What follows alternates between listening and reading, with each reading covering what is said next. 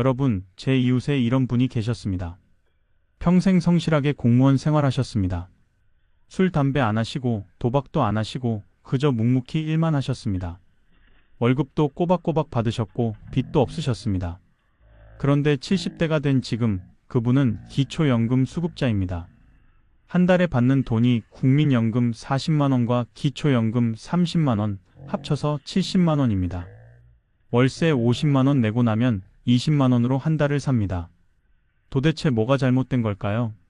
그분은 특별히 잘못 산 게 없습니다.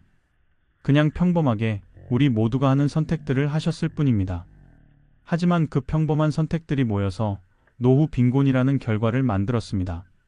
오늘은 노후 빈곤으로 가는 가장 흔한 선택들을 말씀드리겠습니다. 누구나 할 수 있는 아주 평범해 보이는 선택들입니다. 하지만 그 선택들이 20년, 30년 후 여러분의 노후를 결정합니다. 이 영상을 보시는 50대, 60대 분들은 아직 늦지 않았습니다. 지금이라도 바꿀 수 있습니다. 그럼 시작하겠습니다. 첫 번째 흔한 선택, 자녀만 잘 되면 된다며 노후 자금을 포기하는 것입니다. 우리 세대 부모들의 가장 흔한 생각입니다. 나는 못 배웠어도 자식은 대학 보내야지. 내 노후는 나중 문제고 일단 애들부터 키우자. 이렇게 생각하고 모든 걸 자녀한테 쏟아붓습니다. 초등학교 때부터 학원비 냅니다. 한 달에 50만 원, 100만 원씩. 중학교 가면 더 오릅니다. 고등학교 가면 입시학원까지 더해집니다. 18년 동안 학원비만 수천만 원이 나갑니다.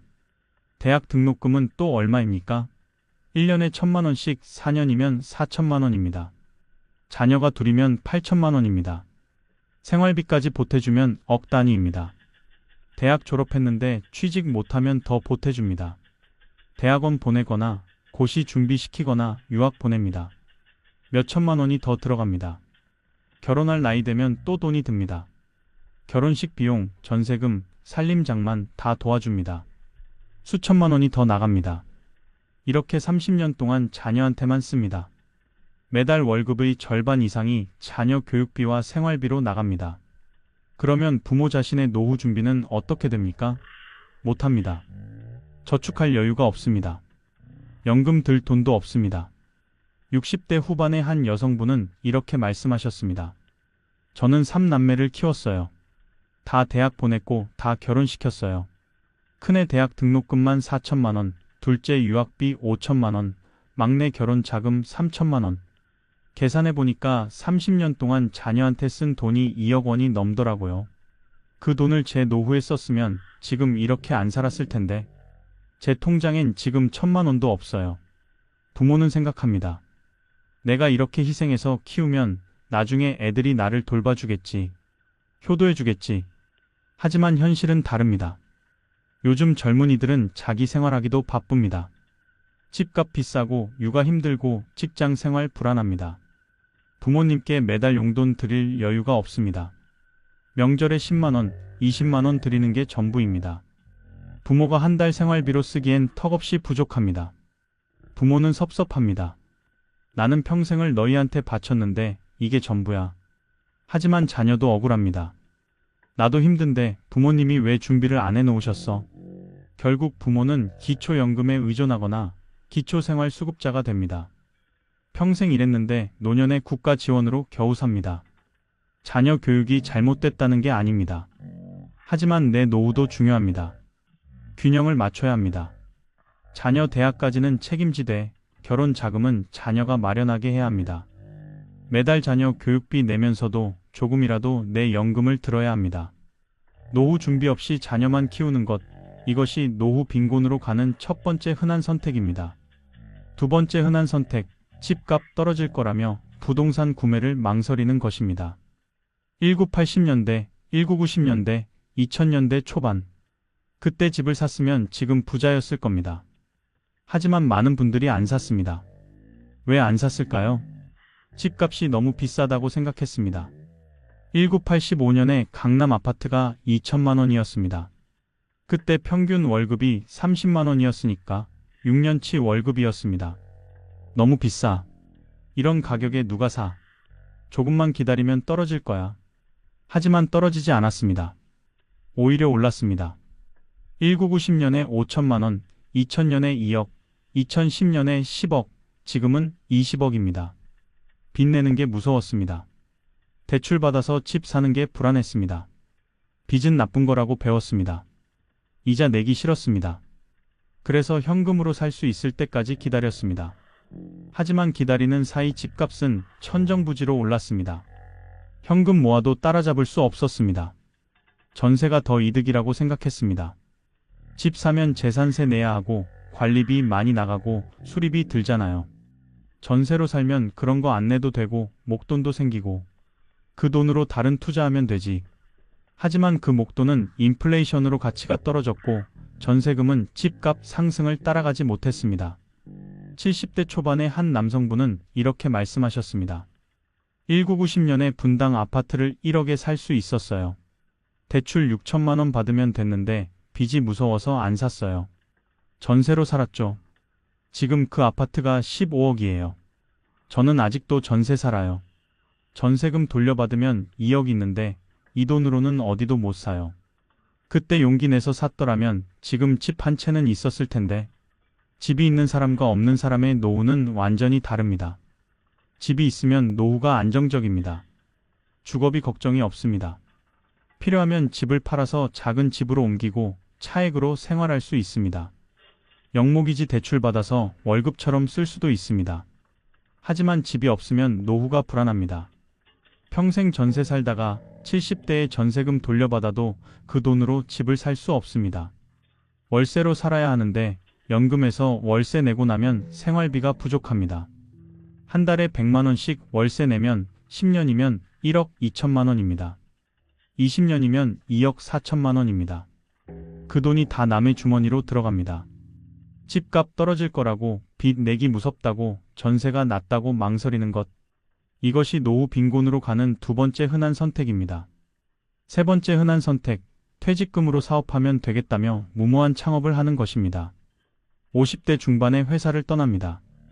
명예퇴직이든 정년퇴직이든 어쨌든 직장을 나옵니다.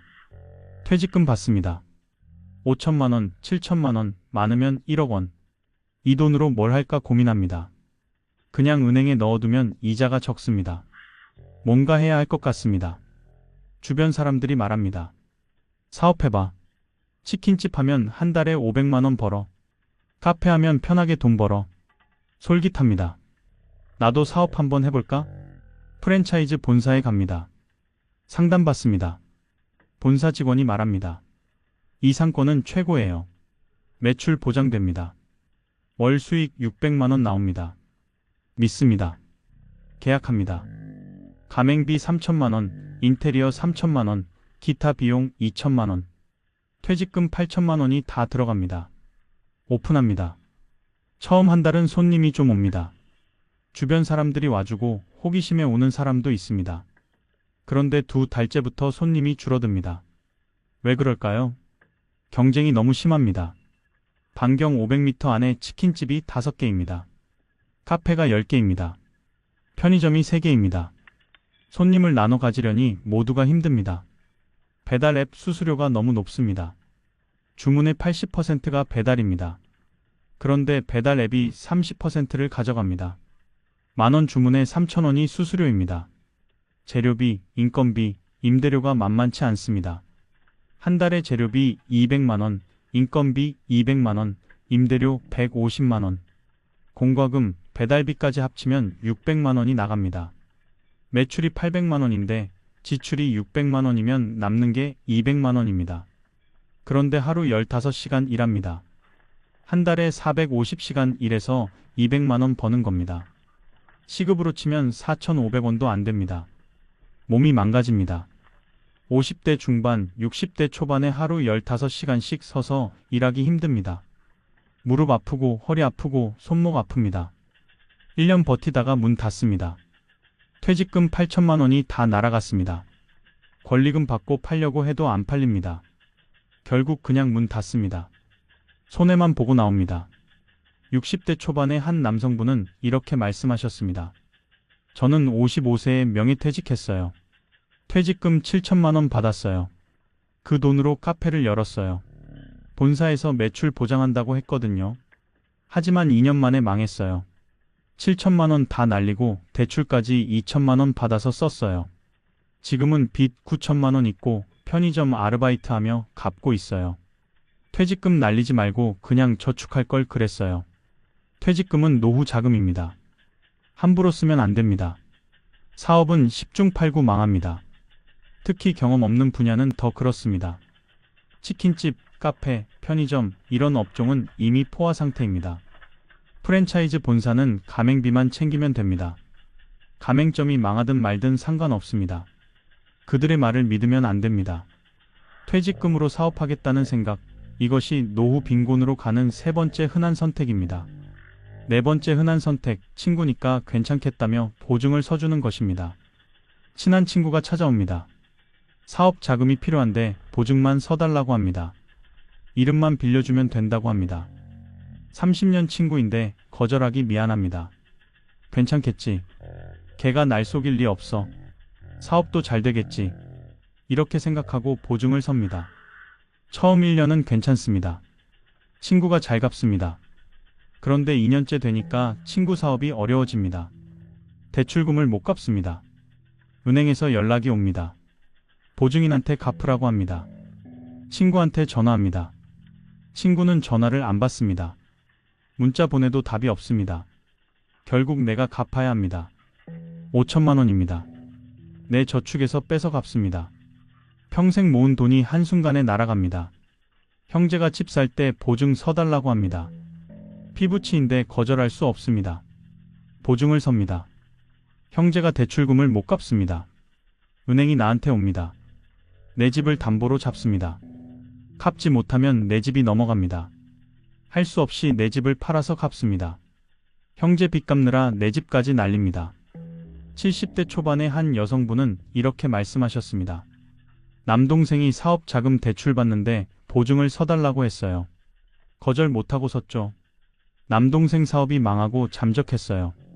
저한테 6천만 원 빚이 떨어졌어요. 제 노후 자금 전액이었어요. 다 갚느라 지금은 기초생활수급자예요. 보증만 안 섰어도 지금 이렇게 안 살았을 텐데. 보증은 빚과 같습니다. 보증을 선다는 건 상대방이 못 갚으면 내가 대신 갚겠다는 약속입니다. 상대방을 믿어서가 아니라 내가 갚을 능력이 있을 때만 서야 합니다. 하지만 대부분은 능력도 없으면서 섭니다. 친구니까, 가족이니까 거절하기 미안해서 섭니다. 그 결과는 파산입니다. 평생 모은 돈이 한순간에 날아갑니다. 집까지 날릴 수 있습니다. 친구니까, 가족이니까 괜찮겠다며 보증 서주는 것. 이것이 노후 빈곤으로 가는 네 번째 흔한 선택입니다. 다섯 번째 흔한 선택, 연금은 나중에 생각하지 뭐 하며 준비를 미루는 것입니다. 20대, 30대에 국민연금 가입하라고 합니다. 하지만 젊을 때는 관심이 없습니다. 노후는 아직 멀었고 당장 생활비 쓰기도 바쁩니다. 월급에서 국민연금 떼 가는 게 아깝습니다. 이 돈으로 뭐라도 사고 싶은데 연금으로 나갑니다. 짜증납니다. 자영업자는 더 심합니다. 국민연금이 의무가 아니라 선택입니다. 안 내도 됩니다. 그래서 많은 분들이 안 냅니다. 당장 돈 쓸 데가 많은데 먼 미래 연금을 왜 내냐고 생각합니다. 개인연금 들라고 합니다. 하지만 미룹니다. 지금은 여유가 없어. 나중에 돈 좀 모이면 들지 뭐. 50대 되면 들지 뭐. 이렇게 미루고 미루다가 50대가 됩니다. 이제 슬슬 걱정됩니다. 연금 준비를 해야 할 것 같은데 아직도 여유가 없습니다. 자녀 대학 등록금 내야 하고 결혼 자금 마련해야 하고 60대가 됩니다. 이제 곧 은퇴입니다. 연금이 얼마나 나올까 계산해 봅니다. 국민연금 한 달에 40만 원입니다. 개인연금은 안 들었으니 없습니다. 한 달에 40만 원으로 어떻게 삽니까? 월세가 50만 원인데 연금으로도 모자랍니다. 생활비까지 합치면 한 달에 150만 원은 있어야 하는데 연금은 40만 원밖에 안 됩니다. 60대 후반의 한 남성분은 이렇게 말씀하셨습니다. 저는 자영업자였어요. 국민연금을 50세부터 냈어요. 그것도 최저금액으로요. 15년 냈는데 지금 한 달에 30만 원 나와요. 개인연금은 안 들었고요. 이 돈으로 어떻게 살라는 건지 모르겠어요. 20대 때부터 꾸준히 넣었더라면 지금 100만 원은 받았을 텐데 연금은 복리입니다. 일찍 시작할수록 많이 쌓입니다. 20대에 매달 10만원씩 40년 넣으면 60대에 한 달에 150만원씩 받습니다. 하지만 50대에 매달 10만원씩 10년 넣으면 60대에 한 달에 30만원밖에 못 받습니다. 시간이 돈입니다. 젊을 때 시작해야 이자가 쌓입니다. 하지만 많은 분들이 미룹니다. 나중에 하다가 결국 못합니다. 노후가 되어서야 후회합니다. 연금은 나중에 생각하지 뭐 하며 준비를 미루는 것. 이것이 노후 빈곤으로 가는 5번째 흔한 선택입니다. 6번째 흔한 선택, 건강보험 있으니 괜찮다며 실비보험을 무시하는 것입니다. 젊을 때는 건강합니다. 아프면 병원 가서 치료받고 건강보험으로 대부분 커버됩니다. 실비보험 들라고 하는데 필요성을 못 느낍니다. 한 달에 3만원, 5만원씩 보험료 내는 게 아깝습니다. 그 돈으로 다른 거 하지 왜 보험 들어? 나는 안 아파. 건강보험 있으면 충분해. 이렇게 생각하고 안 듭니다. 30대도 안 들고 40대도 안 듭니다. 50대가 되어서야 슬슬 걱정됩니다. 주변에 암 걸린 사람도 생기고 수술한 사람도 생깁니다. 이제 들어볼까 싶어서 보험사에 갑니다. 하지만 문제가 생깁니다. 나이가 많아서 보험료가 비쌉니다. 한 달에 15만원, 20만원씩 나옵니다. 건강검진에서 이상 소견이 나옵니다. 고혈압, 당뇨, 고지혈증. 보험사에서 가입을 거절합니다. 또는 특정 질병은 보장 제외한다고 합니다. 결국 못 듭니다. 그러다 60대에 큰 병이 옵니다. 암 진단받습니다. 수술합니다. 건강보험으로 어느 정도 커버됩니다. 하지만 항암 치료는 다릅니다. 좋은 항암제는 비급여입니다. 한 번에 300만원씩 듭니다. 10번 맞으면 3천만원입니다. 병실도 비급여입니다. 1인실 하루에 10만원, 한 달이면 300만원입니다. 간병인도 고용해야 합니다. 하루에 10만원, 한 달에 300만원입니다. 6개월 치료받으면 총 5천만원 듭니다. 실비보험이 있었으면 대부분 받았을 텐데 없으니까 전액 본인 부담입니다. 평생 모은 노후 자금이 다 날아갑니다. 70대 초반의 한 여성분은 이렇게 말씀하셨습니다. 저는 실비보험 안 들었어요. 젊을 때 보험료 아까워서요. 65세에 대장암 진단받았어요. 수술하고 항암치료 1년 받았어요. 총 6천만원 들었어요. 실비보험 있었으면 대부분 받았을 텐데 없으니까 제가 다 냈어요. 제 노후 자금 전액이었어요. 30대 때 들어놨더라면 지금 이렇게 안 됐을 텐데. 실비보험은 노후 대비입니다. 나이 들수록 병에 걸릴 확률이 높습니다. 큰 병 걸리면 치료비가 수천만원 듭니다. 건강보험으로 커버 안 되는 부분이 많습니다. 실비보험이 있으면 그 부분을 받을 수 있습니다. 노후 자금을 지킬 수 있습니다. 하지만 없으면 노후 자금이 한순간에 날아갑니다. 평생 모은 돈이 병원비로 다 나갑니다. 건강보험이 있으니 괜찮다며 실비보험을 무시하는 것. 이것이 노후 빈곤으로 가는 6번째 흔한 선택입니다. 7번째 흔한 선택, 은퇴해도 소비는 그대로 유지하는 것입니다. 은퇴 전에는 월급이 200만원, 300만원 들어왔습니다. 그 돈으로 생활했습니다. 외식도 하고 옷도 사고 여행도 갔습니다. 은퇴하고 나면 소득이 급격히 줄어듭니다. 월급 200만원 받다가 연금 50만원 받습니다. 4분의 1로 줄어드는 겁니다. 그런데 지출은 어떻게 됩니까? 그대로입니다. 아니, 오히려 늘어나기도 합니다. 왜 그럴까요? 습관이 안 바뀌기 때문입니다. 현역 시절에는 한 달에 외식 10번 했습니다. 은퇴해도 똑같이 10번 합니다. 한 번에 5만원씩 쓰면 한 달에 50만원입니다. 골프 좋아했습니다. 한 달에 4-5번 쳤습니다. 은퇴해도 똑같이 칩니다. 한 번에 15만원씩 쓰면 한 달에 60만원입니다. 체면 때문에 못 줍니다. 친구들이 비싼 식당 가자고 하면 내 형편에는 부담스럽지만 거절 못합니다. 쪽팔리니까요. 손주 용돈도 계속 줍니다. 한 명당 5만원씩, 4명이면 20만원입니다. 매달 줍니다. 명절, 경조사비도 그대로입니다. 한 달에 40만원씩 나갑니다. 이렇게 계산해보면 한 달에 200만원 씁니다. 연금은 50만원밖에 안 나옵니다. 150만원이 부족합니다. 부족한 돈은 어디서 나옵니까? 저축해서 빼야 합니다. 한 달에 150만 원씩 빼면 1년에 1,800만 원입니다. 5천만 원 저축 있어도 3년이면 바닥납니다. 60대 후반의 한 남성분은 이렇게 말씀하셨습니다. 저는 은퇴하고도 생활 수준을 못 낮췄어요.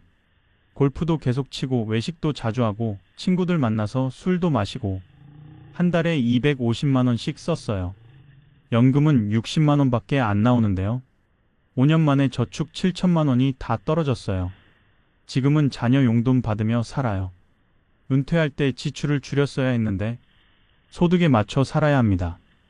은퇴하면 소득이 줄어듭니다. 지출도 줄여야 합니다. 안 그러면 파산합니다. 외식 횟수 줄이고 골프 횟수 줄이고 여행 줄이고 손주 용돈 줄여야 합니다. 체면 버리고 친구들한테 솔직하게 말해야 합니다. 나는 이제 형편이 어렵다고. 하지만 많은 분들이 못 줍니다. 습관도 안 바뀌고 체면도 있고 그러다가 저축이 바닥나고 빈곤해집니다. 은퇴해도 소비는 그대로 유지하는 것. 이것이 노후 빈곤으로 가는 7번째 흔한 선택입니다. 8번째 흔한 선택. 이건 안전한 투자라며 금융 사기에 당하는 것입니다. 은퇴하면 목돈이 생깁니다. 퇴직금, 저축 합쳐서 5천만 원, 1억 원. 이 돈을 어떻게 굴릴까 고민합니다. 은행 예금은 이자가 너무 적습니다. 1년에 3%. 1억 있어도 1년에 300만 원밖에 안 됩니다. 한 달에 25만 원입니다. 그때 누군가 다가옵니다. 좋은 투자처가 있다고 한 달에 10% 수익 난다고 원금 보장에 고수익이라고 말합니다. 솔깃합니다. 한 달에 10%면 1억이 한 달에 1,000만 원씩 불어나는 겁니다. 1년이면 1억 2천만 원이 됩니다. 너무 좋아 보입니다. 투자합니다. 처음 한두 달은 정말 수익이 들어옵니다. 1,000만 원씩 받습니다. 이거 진짜구나. 더 넣어야겠다 생각합니다. 추가로 넣습니다. 5천만 원 더 넣습니다. 그런데 갑자기 연락이 끊깁니다. 회사가 문을 닫습니다. 돈이 다 날아갑니다. 알고 보니 폰지 사기였습니다. 먼저 투자한 사람한테 나중에 투자한 사람 돈으로 수익을 주는 구조였습니다. 결국 회사가 파산하고 투자자들은 돈을 날립니다. 지인이 소개하는 투자도 위험합니다. 친구, 친척, 교회 사람이 투자하라고 권합니다. 아는 사람이 소개하니까 믿게 됩니다. 설마 지인이 나한테 사기치겠어? 하지만 그 지인도 당하는 겁니다. 또는 수수료 받으려고 권하는 겁니다. 어쨌든 결과는 똑같습니다. 돈을 잃습니다. 70대 초반의 한 여성분은 이렇게 말씀하셨습니다. 교회 권사님이 좋은 투자처 소개해줬어요. 한 달에 10% 수익 난다고요. 저는 6천만 원 넣었어요. 처음 2달은 수익이 들어왔어요. 그래서 3천만 원 더 넣었어요. 그 다음 달부터 연락이 안 됐어요. 9천만 원 다 날렸어요. 교회 사람이 소개한 거라 믿었는데 사기였어요. 고수익은 사기입니다. 한 달에 10% 수익, 원금 보장 이런 건 절대 없습니다. 있으면 100% 사기입니다. 은행 예금 이자가 3%인데 어떻게 한 달에 10%를 주겠습니까? 논리적으로 말이 안 됩니다. 하지만 노년에는 판단력이 떨어집니다. 외롭고 돈 걱정 많고 누군가 친절하게 다가오면 믿게 됩니다. 이건 안전한 투자라며 금융 사기에 당하는 것. 이것이 노후 빈곤으로 가는 8번째 흔한 선택입니다. 9번째 흔한 선택. 담배, 술 정도는 괜찮다며 건강을 방치하는 것입니다. 젊었을 때부터 담배를 피웁니다. 하루에 한 갑. 스트레스 풀린다고 습관이라고 계속 핍니다. 술도 자주 마십니다. 일주일에 서너 번. 친구들 만나면 소주 한두 병씩 마십니다. 운동은 안 합니다. 바빠서 피곤해서 못 합니다. 밥은 대충 먹습니다. 짜고 맵고 기름진 음식 좋아합니다. 이렇게 30년, 40년을 삽니다. 젊을 때는 괜찮습니다. 하지만 60대 되면 몸이 망가집니다. 당뇨가 옵니다. 고혈압이 옵니다. 고지혈증이 옵니다. 폐 기능이 나빠집니다. 간 수치가 안 좋습니다. 병원에 갑니다. 의사가 말합니다. 평생 약 드셔야 합니다. 담배 끊으세요. 술 끊으세요.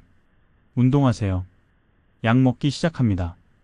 아침에 5알, 저녁에 3알. 약값만 한 달에 10만 원입니다.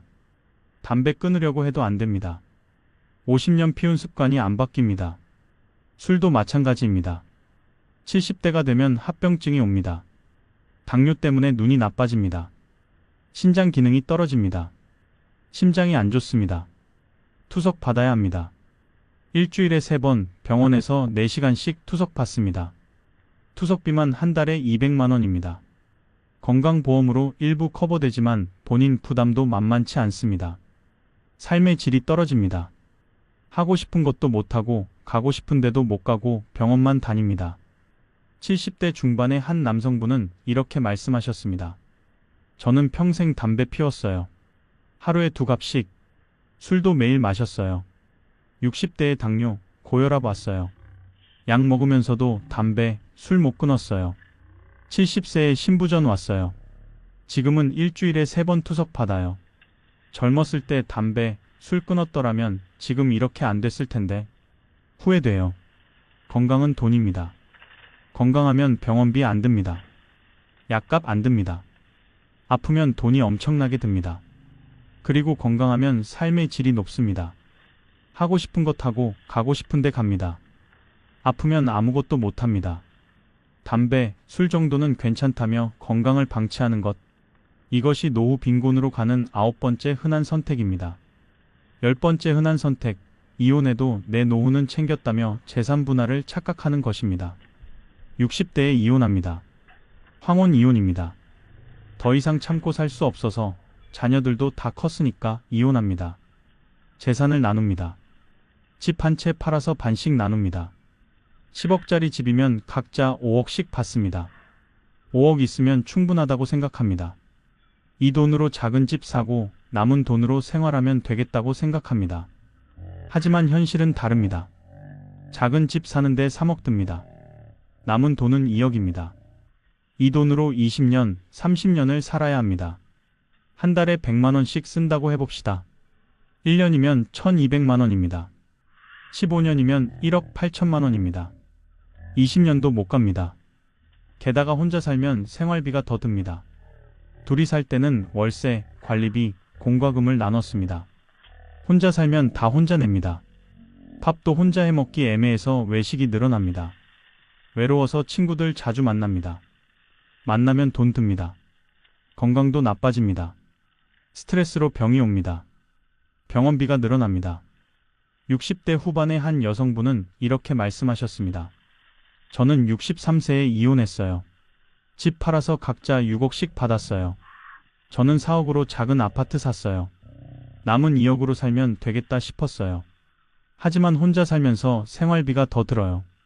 한 달에 150만 원씩 써요. 6년 만에 2억이 거의 다 떨어졌어요. 이혼 안 했으면 지금보다 나았을 텐데. 황혼 이혼은 경제적으로 위험합니다. 재산을 둘로 나누면 각자 받는 돈이 절반입니다. 하지만 생활비는 절반으로 안 줄어듭니다. 오히려 늘어납니다. 노년에 혼자 사는 건 외롭습니다. 외로움을 돈으로 달래게 됩니다. 그러다 보면 돈이 빨리 떨어집니다. 이혼해도 내 노후는 챙겼다며 재산 분할을 착각하는 것. 이것이 노후 빈곤으로 가는 10번째 흔한 선택입니다. 11번째 흔한 선택. 자녀가 알아서 하겠다며 노후 계획을 방임하는 것입니다. 아무런 준비를 안 합니다. 저축도 안 하고 연금도 안 들고 집도 안 사고 그냥 하루하루 삽니다. 왜 그럴까요? 막연하게 생각하기 때문입니다. 자녀가 알아서 챙겨주겠지. 나중에 되면 뭐든 되겠지. 하지만 자녀는 챙겨주지 않습니다. 요즘 젊은이들은 자기 생활하기도 바쁩니다. 부모 노후까지 책임질 여유가 없습니다. 부모가 준비 안 해놓으면 자녀한테 부담이 됩니다. 자녀가 매달 생활비 보내줘야 합니다. 그러면 자녀 생활이 힘들어집니다. 결국 부모는 자녀 눈치 보며 삽니다. 돈 달라고 하기도 미안하고 안 주면 생활 못하고 또는 국가 지원에 의존합니다. 기초생활수급자가 됩니다. 한 달에 70만 원, 80만 원 받으며 근근히 삽니다. 70대 후반의 한 여성분은 이렇게 말씀하셨습니다. 저는 노후 준비를 전혀 안 했어요. 자녀들이 알아서 챙겨주겠지 싶었어요. 하지만 애들도 자기 생활하기 바빠요. 가끔 용돈 주는 게 전부예요. 지금은 기초생활수급자예요. 한 달에 80만 원 받아요. 젊었을 때 조금씩이라도 저축할 걸 그랬어요. 노후는 스스로 준비해야 합니다. 자녀한테 의존하면 안 됩니다. 국가 지원도 최소한입니다. 스스로 준비해야 편안한 노후를 살 수 있습니다. 하지만 많은 분들이 준비 안 합니다. 막연하게 기대만 하다가 결국 빈곤해집니다. 자녀가 알아서 하겠다며 노후 계획을 방임하는 것. 이것이 노후 빈곤으로 가는 11번째 흔한 선택입니다. 여기까지 11가지 흔한 선택을 모두 말씀드렸습니다. 자녀만 잘 되면 된다며 노후 자금 포기, 집값 떨어질 거라며 부동산 망설임, 퇴직금으로 사업하겠다는 무모한 창업, 친구니까 괜찮겠다며 보증, 연금은 나중에 생각하며 준비 미루기, 건강보험 있으니 괜찮다며 실비보험 무시, 은퇴해도 소비 그대로 유지, 안전한 투자라며 금융 사기 당하기, 담배 술 정도는 괜찮다며 건강 방치, 이혼해도 노후 챙겼다는 착각, 그리고 자녀가 알아서 하겠다며 계획 방임. 이 모든 선택들이 특별한 게 아닙니다. 아주 평범한 우리 주변에서 흔히 볼 수 있는 선택들입니다. 하지만 이 선택들이 모여서 노후 빈곤이라는 결과를 만듭니다. 여러분, 아직 늦지 않았습니다. 지금이라도 바꿀 수 있습니다. 자녀 교육비와 내 노후 준비 균형 잡으세요. 작은 집이라도 사세요. 퇴직금으로 사업하지 마세요. 절대 보증 서지 마세요. 지금 당장 연금 가입하세요. 실비보험 들으세요. 은퇴하면 지출 줄이세요. 고수익 투자 절대 믿지 마세요. 담배 끊고 술 줄이세요. 이혼 신중하게 결정하세요. 노후는 스스로 준비하세요. 50대라면 아직 10년 이상 있습니다. 지금부터 준비하면 충분합니다. 60대라면 아직 늦지 않았습니다. 지출을 줄이고 할 수 있는 일을 하고 정부 지원 제도를 알아보세요.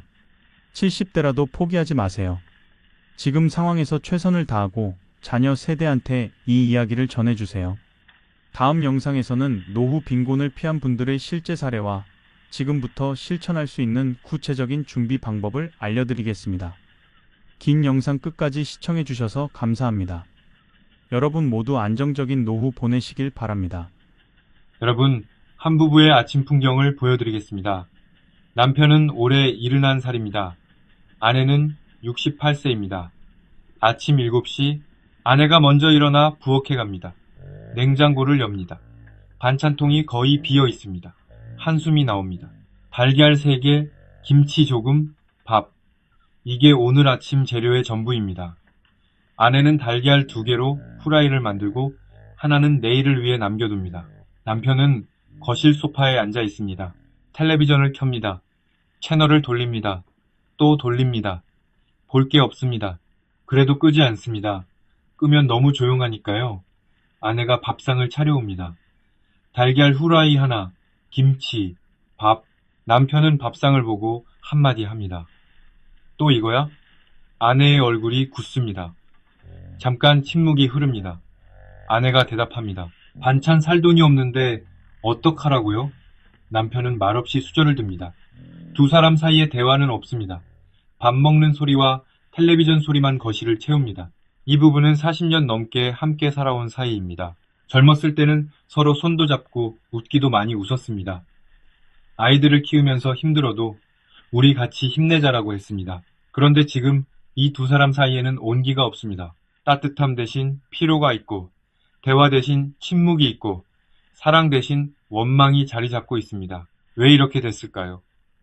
답은 간단합니다. 돈이 없어졌기 때문입니다. 오늘 저는 노후 빈곤이 부부관계를 어떻게 파괴하는지에 대해 이야기하려 합니다. 지금까지 저는 돈이 없으면 자식이 멀어지고 친척이 멀어지고 자존감이 무너진다는 이야기를 해왔습니다. 그런데 오늘은 그보다 더 가까운 관계를 이야기합니다. 바로 부부입니다. 매일 같은 지붕 아래에서 함께 밥을 먹고 함께 잠을 자는 가장 가까운 사람. 그 사이에서 돈이 사라지면 무슨 일이 벌어지는지, 그리고 그 위기를 어떻게 넘길 수 있는지 끝까지 함께 해주십시오. 자, 먼저 이 이야기의 출발점부터 짚어보겠습니다. 노후의 부부 사이가 나빠지는 건 사실 어느 날 갑자기 벌어지는 일이 아닙니다. 천천히, 아주 천천히 진행됩니다. 그리고 그 시작은 대부분 한 가지 사건에서 출발합니다. 바로 남편의 은퇴입니다. 여러분, 남자가 은퇴한다는 것이 어떤 의미인지 한번 생각해 보십시오. 30년, 40년 동안 매일 아침 집을 나서서 일을 했습니다. 회사에 가면 할 일이 있었습니다. 동료가 있었습니다. 직함이 있었습니다. 김 부장님, 박 과장님 하고 불러주는 사람이 있었습니다. 퇴근하면 피곤했지만 그래도 하루를 살았다는 느낌이 있었습니다. 그런데 은퇴하는 순간 이 모든 것이 한꺼번에 사라집니다. 다음날 아침에 일어나면 갈 곳이 없습니다. 할 일이 없습니다. 불러주는 사람이 없습니다. 처음 며칠은 쉬는 게 좋습니다. 아, 드디어 쉬는구나. 하지만 일주일이 지나고 한 달이 지나면 불안해지기 시작합니다. 나는 이제 뭘 하지? 이 질문이 머릿속을 떠나지 않습니다. 그런데 아내는 어떻습니까? 아내는 은퇴가 없습니다. 집안일은 평생 계속됩니다. 밥을 해야 하고, 빨래를 해야 하고, 장을 봐야 하고, 청소를 해야 합니다. 남편이 회사에 다닐 때는 낮 시간이 아내만의 시간이었습니다. 친구도 만나고 자기만의 리듬으로 하루를 보냈습니다. 그런데 남편이 은퇴하면 이 리듬이 깨집니다. 남편이 하루 종일 집에 있습니다. 소파에 앉아 텔레비전을 봅니다. 점심때가 되면 밥 뭐야? 라고 묻습니다. 새끼를 다 차려야 합니다. 예전에는 점심을 간단히 혼자 때웠는데 이제는 두 사람분을 만들어야 합니다. 식비가 늘어납니다. 설거지가 늘어납니다. 아내의 자유시간은 줄어듭니다. 처음에는 참습니다. 은퇴하고 힘드시겠지. 적응할 시간이 필요하겠지. 그런데 한 달, 두 달, 석 달이 지나도 남편이 달라지지 않습니다. 여전히 소파에 앉아 텔레비전만 봅니다. 나갈 생각을 안 합니다. 집안일을 거둘 생각도 안 합니다. 아내한테 심심하다, 뭐 없나 하면서 아내를 따라다닙니다. 일본에서는 이런 남편을 젖은 낙엽이라고 부른다고 합니다. 한 번 붙으면 떨어지지 않는다는 뜻입니다. 아내의 스트레스가 쌓이기 시작합니다. 그런데 여기에 경제적 문제까지 겹치면 상황은 걷잡을 수 없이 나빠집니다. 남편의 수입이 끊겼습니다. 퇴직금은 자식들 챙겨주느라 거의 남지 않았습니다. 국민연금은 월 40만 원, 아내의 기초연금 30만 원을 합쳐도 월 70만 원입니다. 이 돈으로 두 사람이 한 달을 살아야 합니다. 아내는 가계부를 쓰기 시작합니다. 만 원 단위로 쪼갭니다. 마트에서 할인 상품만 고릅니다. 제철 과일이 먹고 싶어도 비싸면 그냥 지나칩니다. 고기는 특별한 날에만 삽니다. 특별한 날이란 게 뭐냐면 마트에서 유통기한 임박 상품을 반값에 파는 날입니다. 이런 생활이 계속되면 아내에게 분노가 쌓입니다. 나는 평생 살림만 하면서 아낀 건데 당신은 번 돈을 다 어디 쓴 거야? 이 생각이 들기 시작합니다. 남편한테 직접 말하지는 않습니다. 하지만 태도에서 드러납니다. 말투가 차가워집니다. 대답이 짧아집니다. 남편이 무슨 말을 해도 알았어요로 끝납니다. 남편도 느낍니다. 아내가 자신에게 차갑다는 걸. 하지만 뭐라고 해야 할지 모릅니다. 미안하기도 하고 자존심이 상하기도 합니다. 내가 평생 일해서 이 집안을 먹여 살렸는데 이렇게 대우받아야 하나? 이런 생각이 듭니다. 그래서 남편도 입을 닫습니다. 서로 할 말이 있는데 안 합니다. 해봤자 싸움이 될 것 같으니까요. 이게 시작입니다. 대화가 사라지는 거죠. 두 사람이 같은 집에 살고 같은 밥을 먹고 같은 방에서 자는데 대화가 없습니다. 꼭 필요한 말만 합니다. 밥 먹어요. 약 드셨어요? 전기요금 나왔어요. 이게 하루 대화의 전부인 부부가 생각보다 많습니다. 여러분, 이쯤에서 한 가지 질문을 드리겠습니다. 혹시 지금 여러분의 가정이 이런 모습은 아니십니까? 아니면 조금씩 이 방향으로 가고 있지는 않습니까? 해당이 안 되시면 다행입니다. 하지만 주변에 이런 부부가 있으시다면 오늘 이야기가 도움이 될 수 있습니다. 자, 대화가 사라진 부부에게 다음으로 찾아오는 것은 무엇일까요? 바로 원망입니다. 돈이 없는 생활이 길어지면 부부는 서로를 원망하기 시작합니다. 이건 의도적인 게 아닙니다. 자연스럽게 그렇게 됩니다. 왜냐하면 사람은 힘들면 원인을 찾으려 하기 때문입니다. 왜 이렇게 됐지? 누구 때문이지? 이 질문에 대한 답을 찾으려 할 때 가장 가까운 사람이 표적이 됩니다. 아내 입장에서 보면 이렇습니다. 당신이 돈 관리를 제대로 했으면 이 지경까지 안 왔지. 자식들한테 왜 그렇게 퍼줬어? 사업한다는 아들한테 왜 그 돈을 줬어? 내가 말릴 때 들었어야지. 이 말이 입 밖으로 나올 때도 있고 속으로만 삼킬 때도 있습니다. 하지만 삼키든 뱉든 원망은 쌓입니다. 남편 입장에서 보면 이렇습니다. 나는 평생 바깥에서 뼈 빠지게 일했다. 돈을 못 벌었냐? 벌었다. 근데 집안 살림을 당신이 했으면서 왜 모아둔 게 없어? 아이들 학원비, 경조사비, 그런데 다 쓴 거 아니야? 남편도 원망이 생깁니다. 이렇게 되면 아주 작은 일에서도 불꽃이 튑니다. 남편이 반찬 투정을 합니다. 이것밖에 없어? 아내가 폭발합니다. 돈을 가져와요, 돈을. 돈이 없는데 뭘 해먹으라고. 남편도 받아칩니다. 내가 놀고 싶어서 노는 줄 알아? 일자리가 없다고? 싸움이 시작됩니다. 이런 싸움이 반복되면 부부 사이에 깊은 골이 생깁니다. 한 부부의 이야기를 해드리겠습니다. 남편 73세, 아내 70세, 결혼 45년 차 부부였습니다. 남편은 건설 현장에서 평생 일하신 분이었고, 아내는 집안 살림을 하시면서 가끔 식당 아르바이트를 하셨습니다. 자식 셋을 다 키우고 다 결혼시켰습니다. 그 과정에서 돈이 거의 다 나갔습니다. 은퇴 후 이 부부의 수입은 월 65만 원이었습니다. 임대 아파트 월세 12만 원, 공과금 8만 원, 약값 7만 원, 이것만 빼도 38만 원밖에 안 남습니다. 여기서 두 사람이 먹고 살아야 합니다. 아내는 매일 아침 시장에 갑니다. 가장 싼 채소를 고릅니다. 시든 것, 못생긴 것, 떨이로 파는 것, 이런 것들을 삽니다. 그래야 식비를 맞출 수 있습니다. 남편은 집에서 아무것도 안 합니다. 할 줄 아는 게 없습니다. 평생 바깥 일만 했으니까요. 밥도 못 짓고 빨래도 못하고 청소도 아내가 합니다. 남편이 하는 거라곤 소파에 앉아 텔레비전을 보거나 동네 한 바퀴를 도는 것뿐입니다. 어느 날 아내가 시장에서 돌아오는데 남편이 이렇게 말했습니다. 여보, 나 오늘 좀 입이 심심한데 치킨 한 마리만 시켜 먹을까? 아내는 가만히 남편을 바라봤습니다. 그리고 이렇게 말했습니다. 치킨이요? 2만 원이에요, 치킨이. 2만 원이면 우리 사흘치 반찬이에요. 당신이 돈 벌어와요. 그러면 치킨이고 뭐고 사줄게. 남편의 얼굴이 굳었습니다. 아내도 말하고 나서 마음이 좋지 않았습니다. 하지만 한번 뱉은 말은 주워 담을 수 없었습니다. 그날 저녁 두 사람은 한마디도 하지 않았습니다. 각자 방에서 잤습니다. 사실 이날이 처음이 아니었습니다. 이미 몇 달 전부터 따로 자는 날이 늘고 있었습니다.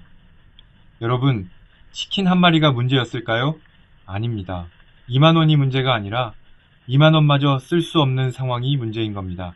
그리고 그 상황이 만들어낸 서로에 대한 원망, 답답함, 무력감, 이것들이 쌓여서 부부 관계를 갉아먹는 겁니다.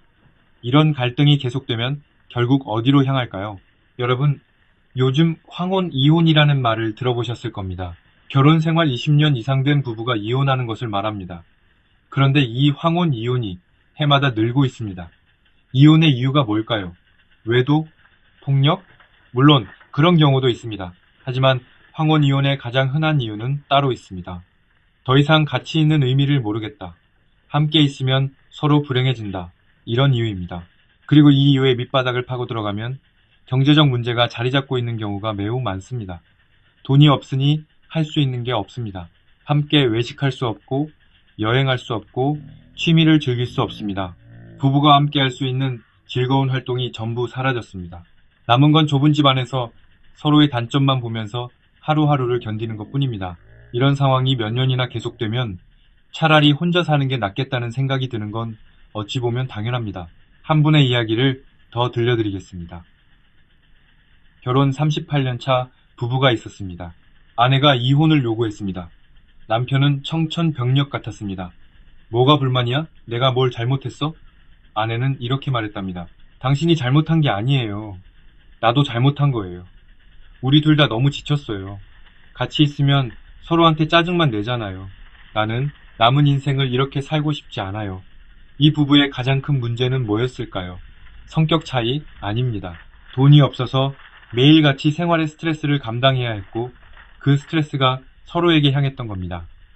돈이 있었으면 이 부부가 이혼까지 갔을까요?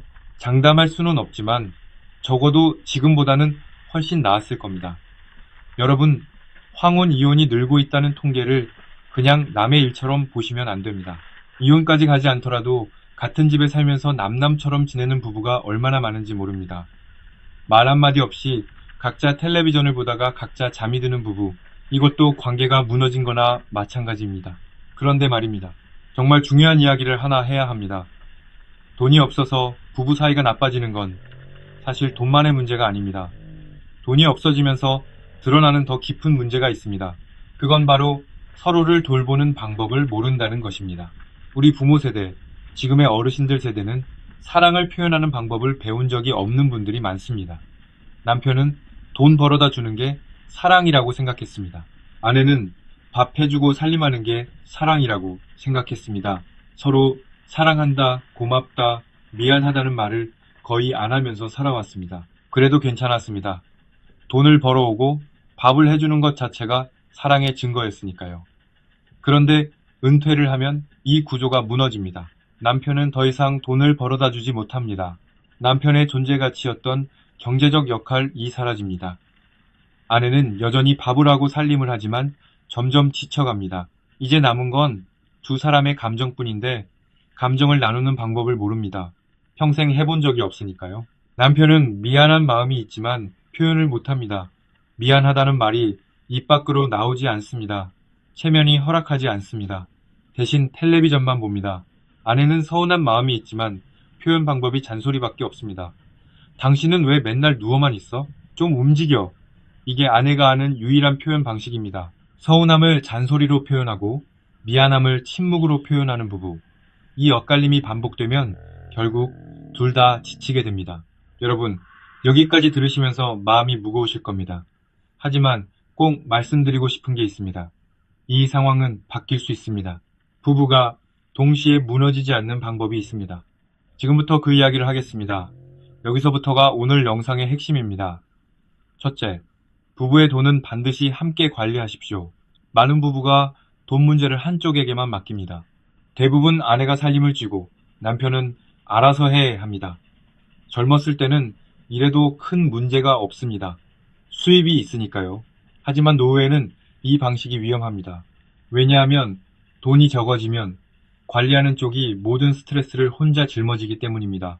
아내가 혼자 가계부를 쓰고 혼자 어디를 줄일지 고민하고 혼자 마트에서 가격표를 들여다보면서 고통받습니다. 남편은 이 과정을 모릅니다. 그러니까 반찬이 왜 이것밖에 없어?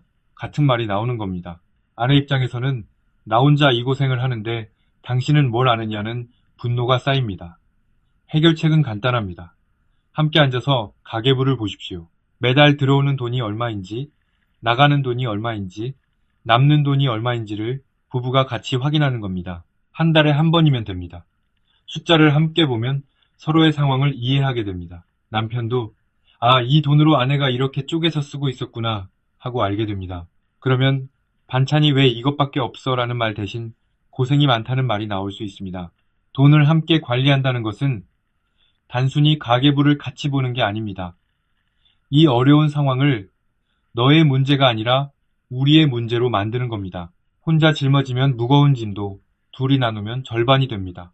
둘째, 남편은 집 안에서 역할을 찾으십시오. 여러분 남편분들께 특별히 드리는 말씀입니다. 은퇴했다고 집에서 손님처럼 앉아 계시면 안 됩니다. 아내가 밥을 하면 설거지를 하십시오. 빨래가 끝나면 널어주십시오. 쓰레기를 버려오십시오. 장을 같이 보러 가십시오. 나는 평생 그런 거 안 해봤는데 이렇게 말씀하시는 분이 계실 겁니다. 맞습니다. 안 해보셨을 수 있습니다. 하지만 지금은 상황이 다릅니다. 아내도 나이가 들었습니다. 체력이 예전 같지 않습니다.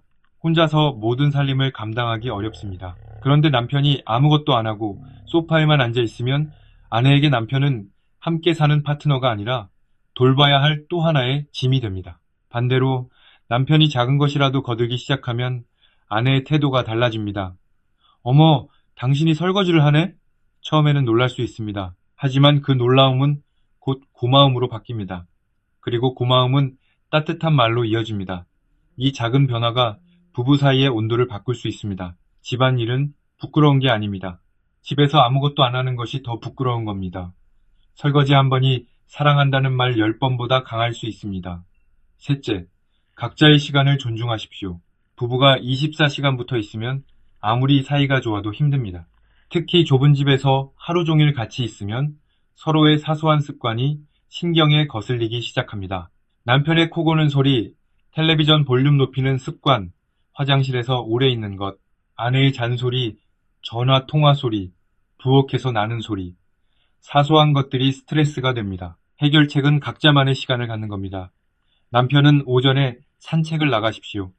동네 한 바퀴를 돌고 공원에 앉아 커피 한 잔을 하고 오십시오. 복지관 프로그램에 참여해 보십시오. 아내도 자기만의 시간을 가지십시오. 친구를 만나고 동호회에 나가고 혼자 산책을 하십시오.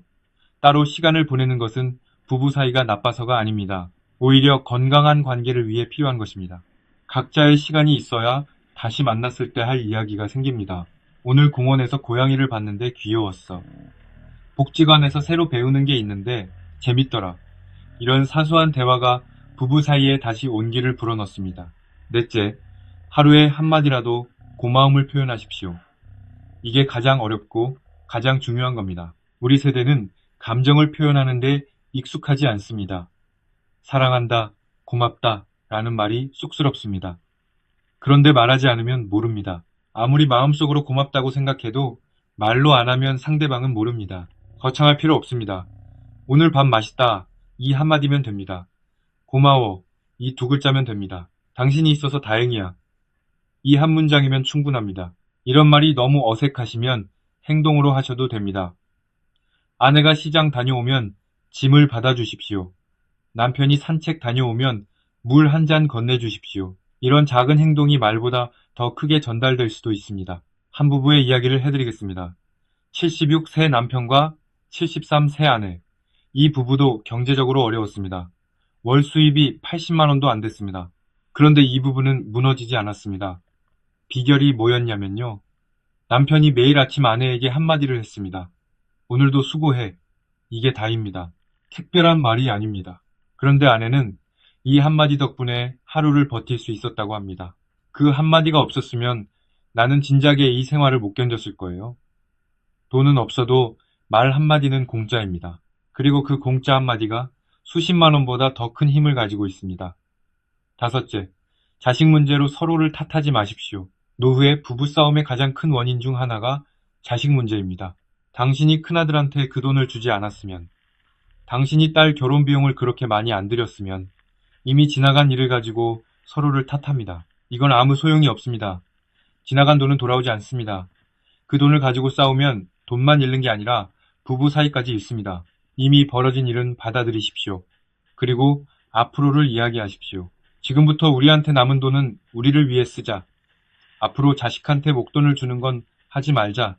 이렇게 부부가 합의하는 겁니다. 과거를 탓하는 대신 미래를 함께 계획하십시오. 같은 방향을 보고 있으면 서로를 원망할 이유가 줄어듭니다. 여섯째, 부부가 함께 할 수 있는 무료 활동을 찾으십시오. 돈이 없으면 함께 할 수 있는 게 없다고 생각하기 쉽습니다. 하지만 그렇지 않습니다. 돈이 안 드는 활동은 생각보다 많습니다. 매일 아침 함께 산책하십시오. 손을 잡고 걸으면 더 좋습니다. 쑥스러우시면 나란히 걸으시기만 해도 됩니다. 같은 길을 같은 시간에 같이 걷는 것, 이것만으로도 부부의 유대감이 달라집니다. 동네 공원에 앉아서 사람 구경을 하셔도 좋고, 도서관에 같이 가셔도 좋고, 복지관 프로그램에 부부가 함께 등록하셔도 좋습니다. 한 부부는 매일 저녁 식사 후에 동네 한 바퀴를 같이 걷는다고 합니다. 20분 정도 걷습니다. 걸으면서 오늘 있었던 일을 이야기합니다. 별것 아닌 이야기입니다. 오늘 마트에서 딸기가 세일하더라. 공원에 벚꽃이 피기 시작했더라. 이런 대화입니다. 하지만 이 20분의 산책이 두 사람의 하루에서 가장 따뜻한 시간이라고 합니다. 돈이 있으면 해외여행을 가고 좋은 식당에서 밥을 먹을 수 있습니다. 하지만 돈이 없어도 함께 걸을 수 있고, 함께 웃을 수 있고, 함께 이야기할 수 있습니다. 부부를 이어주는 건 돈이 아니라 함께 보내는 시간입니다. 여러분, 오늘 긴 이야기 함께 해주셔서 진심으로 감사합니다. 마지막으로 오늘 나눈 이야기를 정리하겠습니다. 하나, 노후 빈곤은 부부관계를 파괴합니다. 대화가 사라지고 원망이 쌓이고 최악의 경우 이혼까지 갈 수 있습니다. 이것은 두 사람의 성격이 나빠서가 아니라 돈이 없는 상황이 만들어낸 구조적인 문제입니다. 둘, 하지만 돈이 없어도 부부가 무너지지 않을 수 있습니다. 돈을 함께 관리하고 집안일을 나누고 각자의 시간을 존중하고 하루에 한마디라도 고마움을 표현하고 자식 문제로 서로를 탓하지 말고 함께 할 수 있는 활동을 찾으십시오. 셋, 결국 부부를 지키는 것은 돈이 아니라 서로를 향한 관심과 존중입니다. 오늘도 수고해. 이 한마디가 수십만 원보다 강합니다. 자, 오늘 당장 할 수 있는 한 가지를 제안드리겠습니다. 오늘 저녁 밥을 먹고 나서 배우자에게 한마디만 하십시오. 밥 맛있었어. 고마워. 이게 너무 어색하시면 설거지를 대신해 주십시오. 말이든 행동이든 오늘 딱 한 가지만 해보십시오. 그 한 가지가 내일의 부부를 바꿀 수 있습니다. 여러분 40년, 50년을 함께 살아온 사이입니다. 전쟁 같은 세상에서 서로 의지하며 버텨온 사이입니다. 자식 키우느라 밤잠 못 자면서 함께 고생한 사이입니다. 이 긴 세월을 함께 걸어온 사람입니다. 돈 때문에 그 소중한 사람을 잃지 마십시오. 돈은 다시 만들 수 없어도 부부 사이의 따뜻함은 오늘부터 다시 만들 수 있습니다. 다음 영상에서는 노후에 부부가 함께 할 수 있는 소소한 행복 만들기에 대해 이야기하겠습니다. 돈이 거의 안 드는데도 부부 사이를 확 바꿔놓는 습관들이 있습니다. 어떤 것들인지 궁금하시죠? 놓치지 마시고 꼭 함께 해주십시오. 이 영상이 도움이 되셨다면 배우자와 함께 시청해 주십시오. 혼자 보시는 것보다 둘이 함께 보시면 효과가 2배입니다. 좋아요와 구독도 부탁드립니다. 감사합니다. 건강하시고 부부와 함께 따뜻한 하루 보내시길 바랍니다. 다음 영상에서 또 뵙겠습니다.